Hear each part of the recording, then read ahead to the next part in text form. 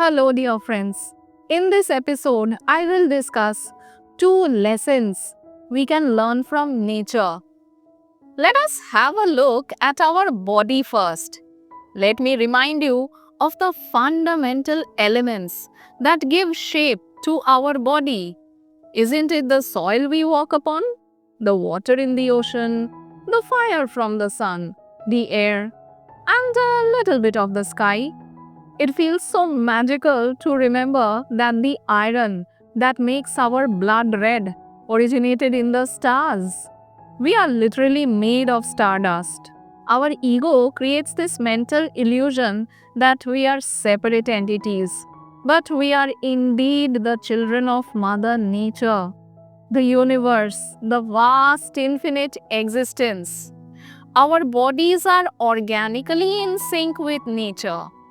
It is only our mind that creates the illusion of separateness, and it is here our misery begins.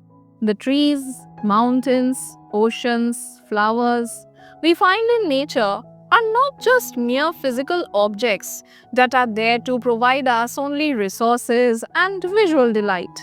But these natural entities are constantly speaking to us in silent ways the profound words of wisdom that only few can hear.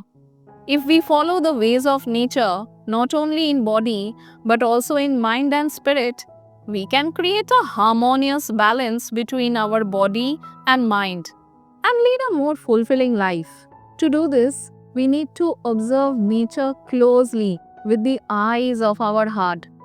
In this video, I am exploring two lessons on mental well-being that we can learn from nature. And before I start, I wish to express my sincere gratitude to Mother Nature, our Creator, who has sustained and protected us all along. Let's begin. Number 1. Birds. I start with birds because it happens to be my favorite animal. When I was a kid, my father used to keep pet birds in cages. But now when I look back, I wish I never had pet birds at home, kept imprisoned in cages all their life.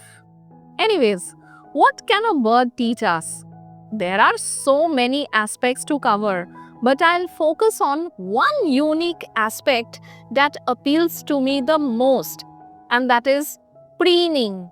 Why do birds preen themselves? So that they can remove dirt, dust particles, and parasites from their feathers, and also waterproof their feathers by coating them with preen oil from a gland found at the base of the tail to the feathers.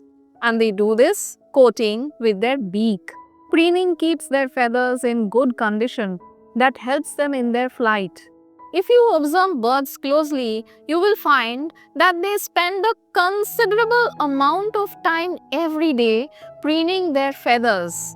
We humans also bathe now and then to keep our body clean, right? But what about the mind?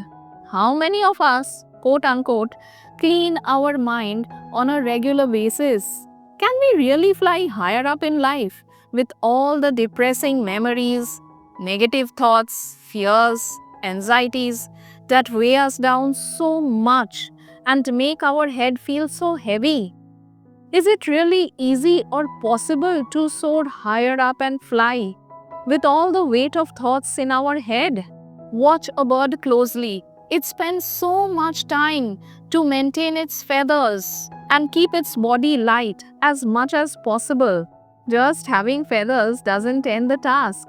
So, if such a cute little animal has the natural wisdom about how to keep itself light in order to fly, we sentient human beings can really put in some effort every day to remove the unwanted debris of negative thoughts from our mind, purge ourselves, feel light-hearted, and then we can try to soar higher up in life. To move forward or rise higher, it is essential to reduce our mental baggage. In fact, both mental and physical. The lighter you feel inside your head, your potential to rise higher up in life increases. Number 2, trees.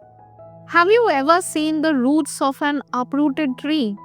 Poet Jeev Patel describes the roots of a tree most beautifully. It is the strength of the tree, the source, white and wet, the most sensitive, hidden for years inside the earth. Roots thrive in the darkness, pitch black, claustrophobic darkness. Isn't it a paradox of nature that the very source and strength of a beautiful, bountiful, bright, life giving tree is in the realm of the dark earth beneath the ground, where there is no light at all?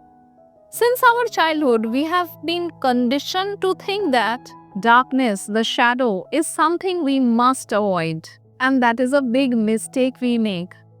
Just the way roots happen to be the most sensitive and vulnerable part of a tree, thriving in the dark world beneath the ground, our weaknesses, insecurities, vulnerabilities too thrive in the shadow aspect of our being.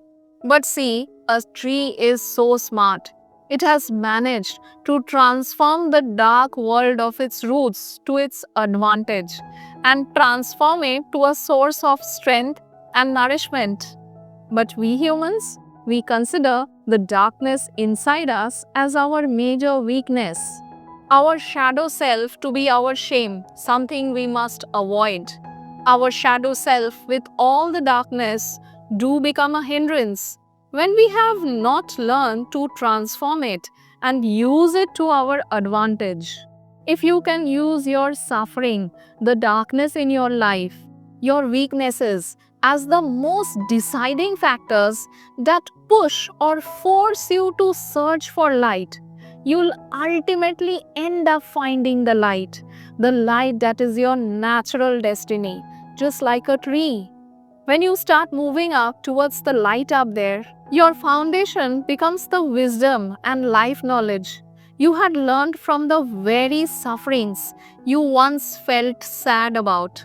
As the popular saying goes, the tallest trees have the deepest roots. The greater the suffering, the greater is your urge to break free and rise higher up. Don't be afraid of the darkness within and without.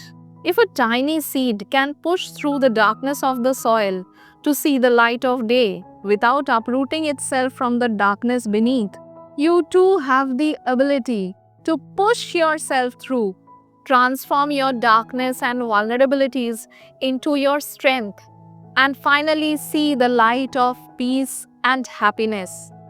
I hope you found this discussion insightful. I'll be back with more videos on mental well-being very soon.